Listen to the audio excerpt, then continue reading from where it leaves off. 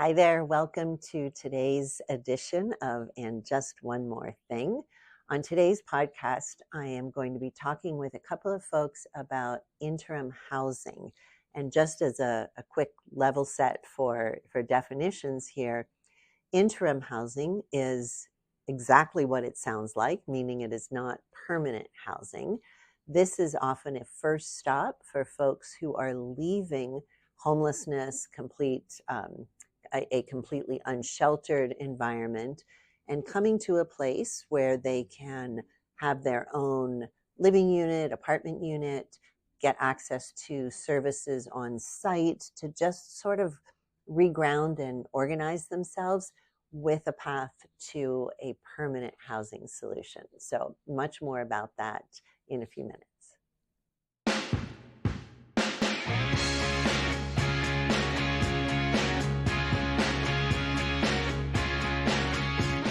I'm back. Today, I hope you'll hang with me a little bit longer because I am really excited to share that I have two guests today.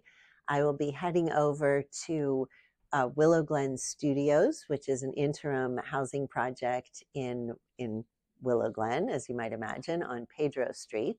And I will first be talking with Katie Fantin, who is a program director with Abode Services, which is the community-based organization that provides the supportive services at Willow Glen Studios.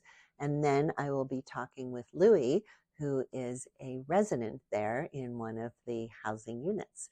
So two really interesting conversations. Definitely hang with me. We'll be right back. I am back with Katie Fantin, who is the Director of Programs at Abode, and we are here at the Willow Glen Studios on Pedro Street in West San Jose. So first of all, thank you for agreeing to chat with me today. Pedro Street is transitional housing, and I'll ask you to explain a little bit about that for a number of residents who are en route between experiencing homelessness and finding permanent housing. I have been part of this project since it was just an idea and a conversion, and through lots of community conversations, lots of engagement with residents, with the wonderful folks at Abode, and with some of the future residents of this project. But let's back up a little bit.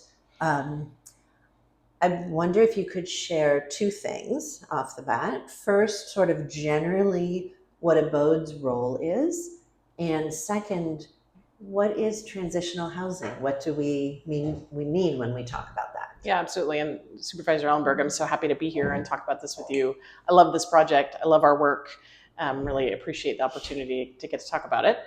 Abode Services is a organization all over the Bay Area. So we're active in 8 Bay Area counties. Our mission is to end homelessness. So we do that by a variety of things, including projects like Willow Glen / Pedro. The original name was Pedro because of its location, and now it's Willow Glen Studios. We provide all kinds of services in our counties that we work in, especially in Santa Clara.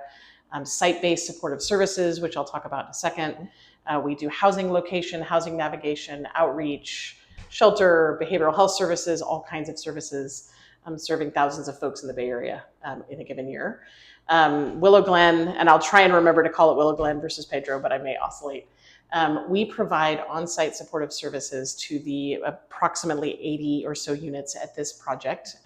We basically provide supportive services to those living here. So you'll hear from Louie in a bit. But we provide case management services. We provide sort of enrichment support. So things like cooking classes, things like recovery resources, things like social activities. We talk about things like life skill management. And we have a team of about 8 that are at this site that are working to help folks with any of the needs that they may have. We do intensive case management. And it's really an opportunity for folks to get the help that they need to begin to stabilize. We know that stabilization can take a really long time. You asked initially about what transitional housing was. I'd like to use the phrase about this site actually that it's interim housing. Interim. Totally Yes. cool. People call it all kinds of things. And the reason it matters, I think, is because it is really, really different than shelter. And I want to be really clear about the difference between interim housing and shelter. Thank you so much for correcting that. It's That's all something good. that It's a I thing. try to make a Yeah. distinction between also. So Yeah. yes, Yeah. please. Well, I tell think me. it's important. I mean, let's be super clear. Like the homeless crisis is awful, and people being outside, people in cars. This is not a way people should get to live. Agreed. One option that lots of communities try to, including our own, assume that shelter, which is a temporary place to live, is a good step for folks.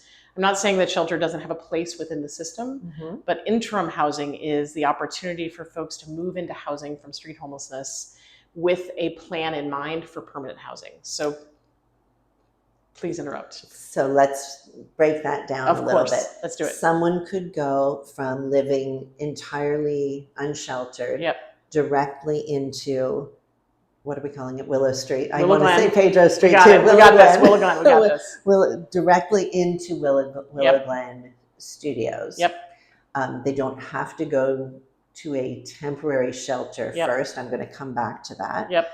And again, correct or redirect me.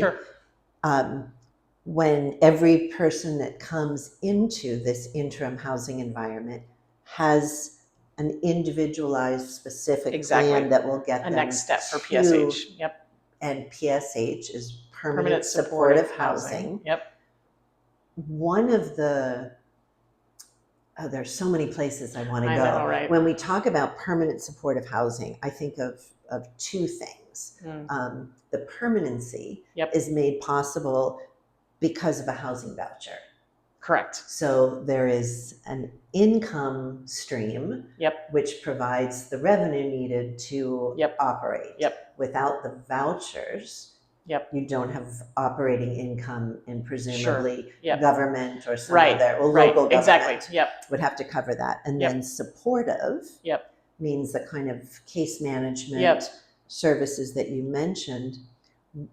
Who is part of a population that would need permanent supportive housing as opposed to coming to interim housing and then kind of figuring out on their own. Yeah, totally. And I think one of the things I should have started with by saying this, Willow Glen is an amazing partnership. Like the Office of Supportive Housing, Destination Home, the Housing Authority, Abode, you all as county supervisors, like this project, it took a village for this project to work and this idea to work. And we literally couldn't do it without them. You mentioned housing vouchers.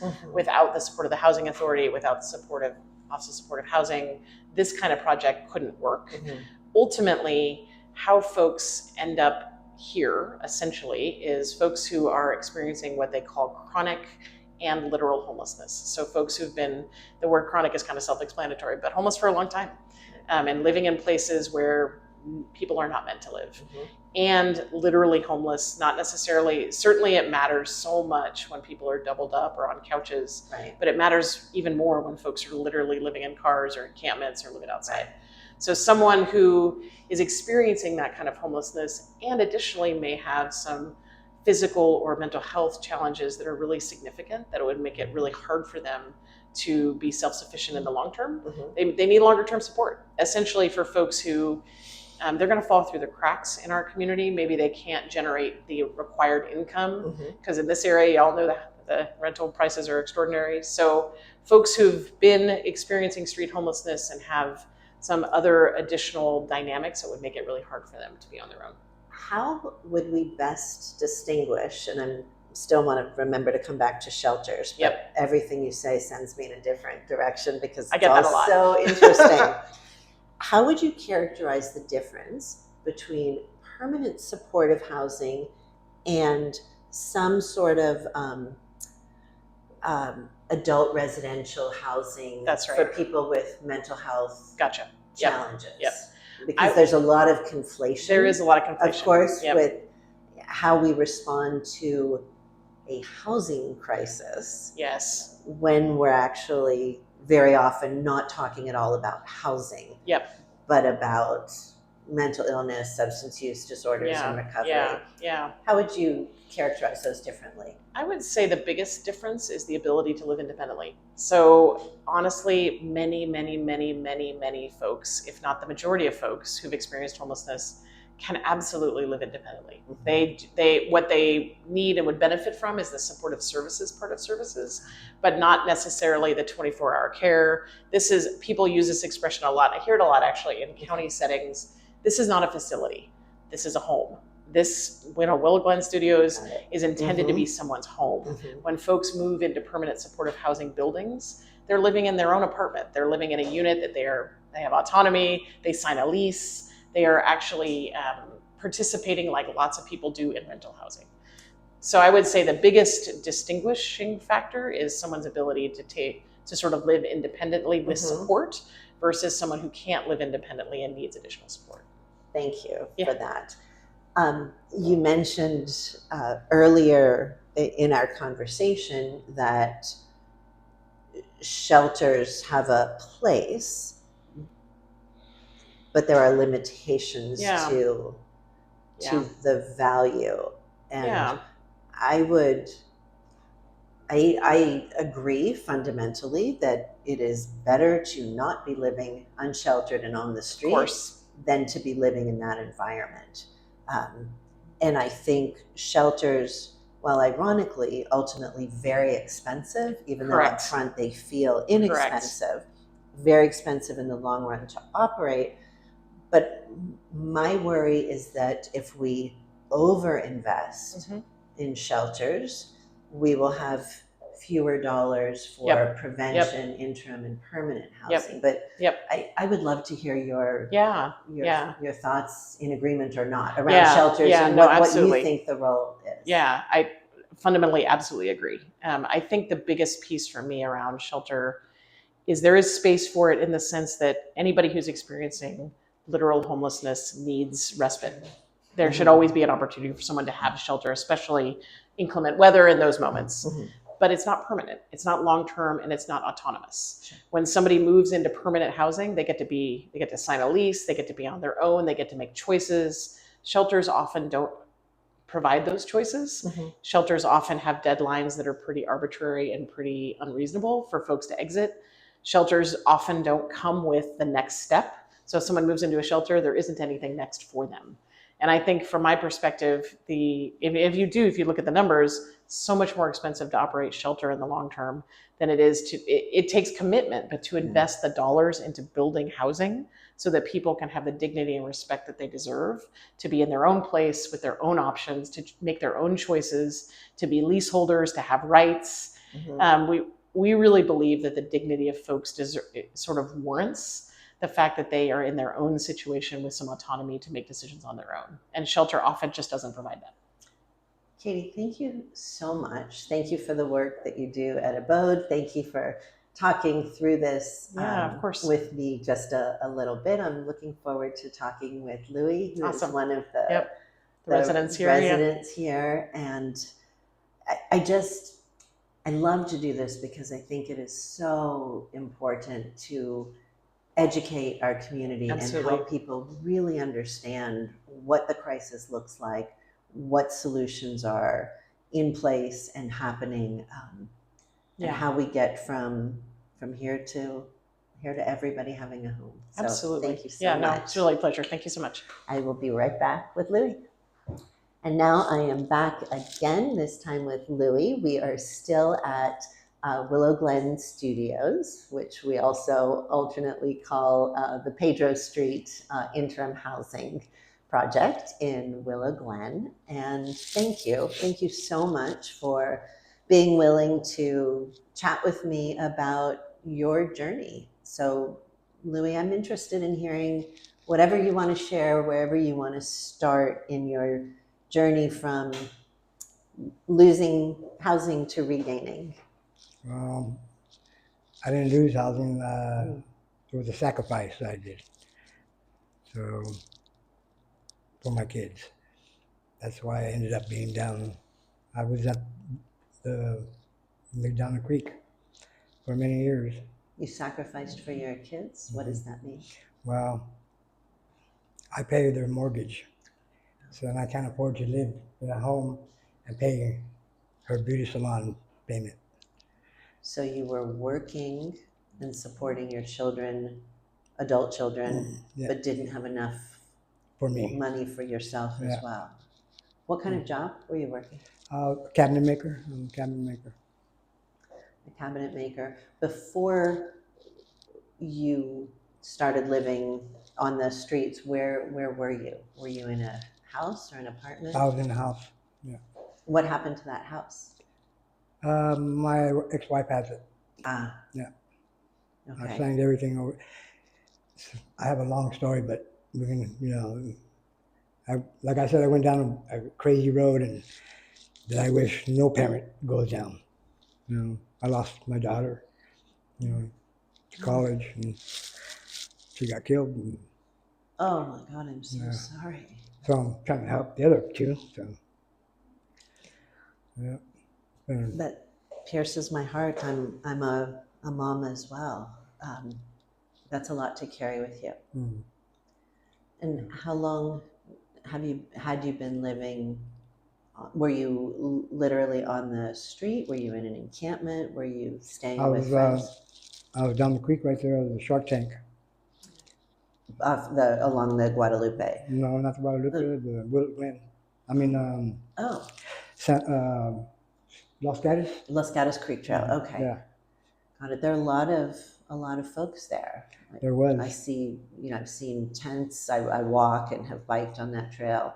Um, how do you think most people are ending up there? We have big communities, encampments that have been created in different places around the city and around the county.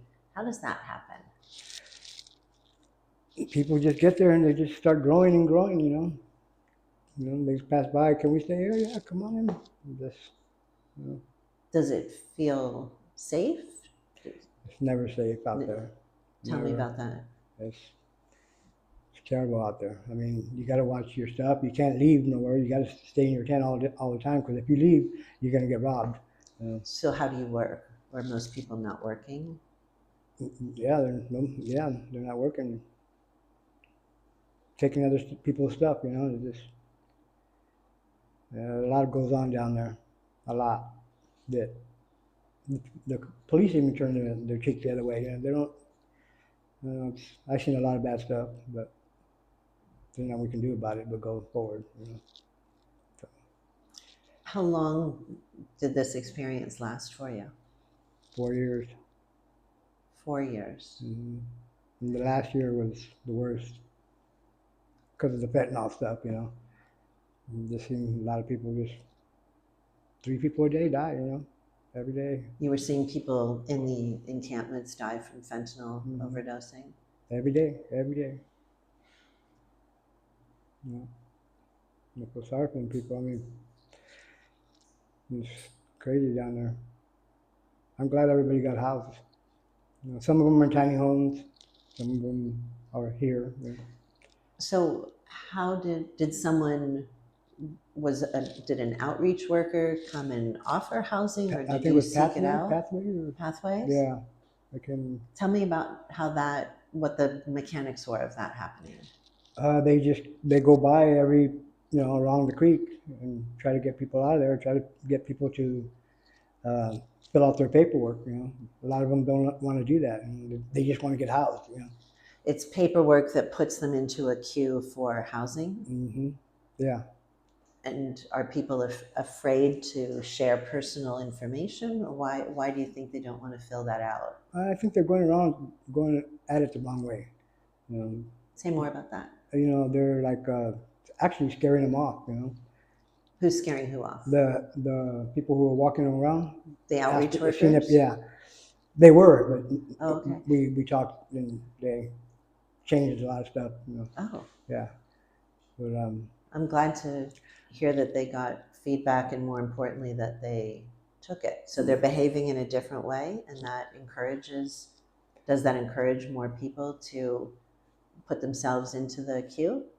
Yes, it does. Yeah. Yeah. There's a lot of kind of myths and presumptions about people who are living along the creeks and unsheltered, that many of them do not want housing. They don't. They're so used to being out there, and all they're doing is going wherever they're putting them. They're just messing everything up for the rest of the people. I don't know why they don't want to get housed. I've seen people turn it down. Is that a big percentage, or they're a small number It's hurting a the small rest? number. It's a small number. A small number, but that has an impact on everyone else. Everyone else. Yeah. Yeah. Why would you turn down housing? And frankly, that's what I want to understand. It sounds like you didn't want to turn it down. No. This helped me out. I was at my wit's end. And I didn't know what I was going to do. I just crawled in that hole and just stood in there. And So what did the process look for you? Did one of the outreach workers approach you to have you fill out information? yeah, it's called a SPDAT. Yes, the VI's for that. Yeah, and I filled that out, and it went pretty fast for me. How long between when you filled out the form and when you were told that you had a place? And was it here? Was this the first place you came? This is the first place I came. Yeah, it was about a month and a week. A month and a week. And they got me in here. Yeah. What has changed for you besides the obvious? Oh man, it feels so good to not pull clothes out of a bag. And you can pull them out of the closet, you know, and then go to sleep on the bed. Mm-hmm. Yeah, and take showers, all that good stuff. Katie mentioned a number of different supportive services that are here. Do you take advantage of any of those? Yeah, I got a bus pass, uplift. Mm-hmm. Yeah, I like it here. I'd rather stay here, really. Are you looking for work? I can't stay on my feet too long because I got diabetes. I have ulcers underneath my feet, so I have minimum time standing up. Do you have a doctor? Yeah, I have a primary doctor. She's doing what she can. Mm-hmm. So, what do you see as your pathway from Willow Glen Studios to whatever comes next? Willow Glen Studios on Pedro Street. Good God. I want to go to senior living on Ray Street. It's not done yet, but I'm hoping to go there. So you have a place there. Yeah. And that will be for all, you said seniors, older adults? Mm-hmm. Yeah. I know I don't look old, but I am. A nice dark head of hair there. Yeah. And do you know, is there a maximum amount of time you can stay here, or you can stay here until your permanent housing is ready? I think you can stay here until the housing is ready. Yeah. I hope. What would you want to tell other folks who are still living along the creek or in other rough conditions about getting off the street? Fill out that SPDAT and get things going. They'll like it. They'll like it. They'll like it. Because I do. I love getting up in the morning, have a cup of coffee, reading the paper. You can't read the paper on the side of a mountain, Yeah. Yeah. I like to do exactly those things. I want a cup of coffee and the paper. Mm-hmm. Louie, thank you so much for talking with me. Thank you for sharing your story. And I hope lots of people listen to you. Thank you. Mm-hmm. We'll be back.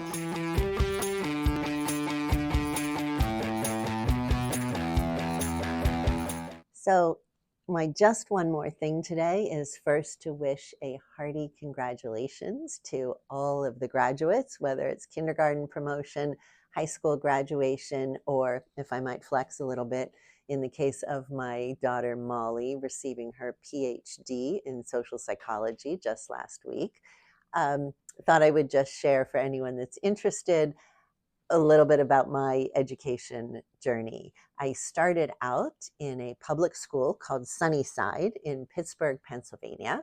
When I was in 4th grade, the school district went on a strike that lasted more than 4 months, which I may have enjoyed, I don't remember honestly, but may have driven my parents crazy because I found myself the next year in 5th grade at the University of Pittsburgh's laboratory school.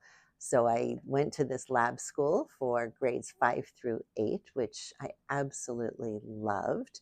And then I went to a girls' school for high school called the Ellis School, of course, also in Pittsburgh. Um, I worked harder in high school than I think I ever did before or since. After Ellis, I went to Barnard College in New York. Barnard is the women's undergraduate college of Columbia University.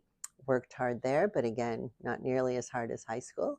And then finished my formal education journey at Columbia Law School, graduating with a JD in 1991. I definitely consider myself to be a lifelong learner. So even though I am not in school and don't have to take tests anymore, thank goodness, I try to learn something every day.